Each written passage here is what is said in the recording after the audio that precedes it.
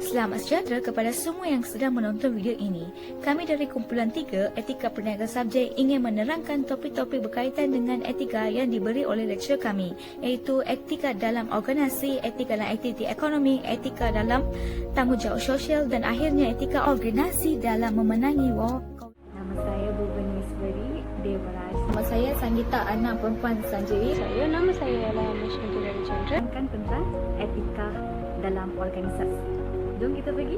Kod etik global prinsip bisnes Samsung kepada pemasok, pelanggan dan pemangku kepentingan lainnya serta kepada karyawan kami melalui situs web manajemen etik dan memberikan saluran untuk melaporkan setiap pelanggaran standard etika.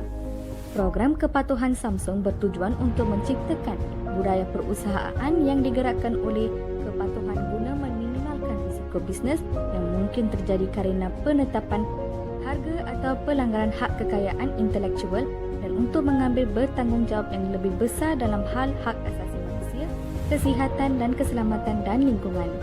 Sistem Management Program Kepatuhan CPMS, sebuah sistem ID untuk mengelola risiko kepatuhan, menyediakan kebajikan khusus dan rincian pemantauan masalah regional. Meja khusus dan rincian pemantauan. Bantuan kami bekerja untuk membantu karyawan dalam menanyakan pertanyaan langsung yang berkaitan dengan pekerjaannya atau ketika mereka merasa pedoman kami tidak cukup lengkap untuk menetapkan pelanggaran.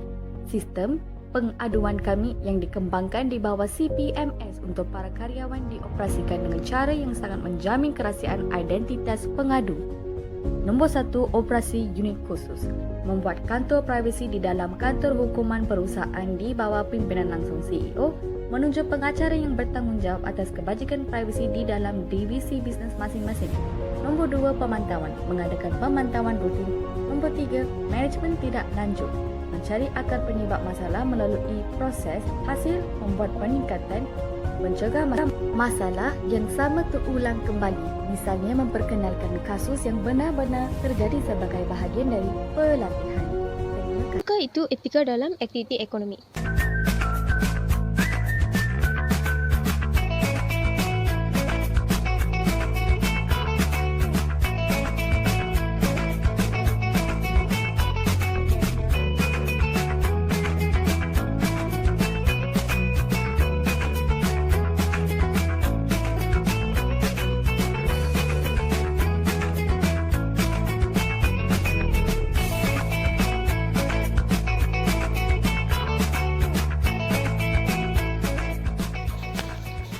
Samsung Elektronik terlibat dalam usaha untuk memusatkan perhatian pada ekonomi yang Samsung dalam sengkaman tanggungjawab sosial dan Samsung korporasi berusaha untuk memastikan bahawa sumber daya dapat digunakan kembali dengan memulihkan, menggunakan kembali dan mengitar semula setelah jangka hayat produk. Samsung dalam tanggungjawab sosial korporasi CSR. I helped launch the world's first remote sensing satellite that orbited the equator and put Malaysia on the map in space research. But was that my proudest moment? No, because I may have been our country's first astrophysicist, but when I look into every school now, I know there will be one in every class. And that, for me, is my proudest moment. Because one day, they're going to discover even bigger things and do more than I could ever imagine.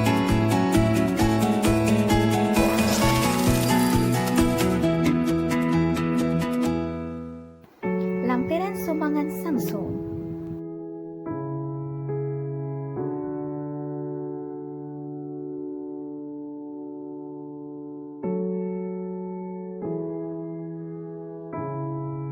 Sumbangan daripada itu juga membolehkan kami pengantara 5 hingga 10 pelajar setiap tahun ke Korea untuk mempelajari bahasa serta budaya masyarakat di sana.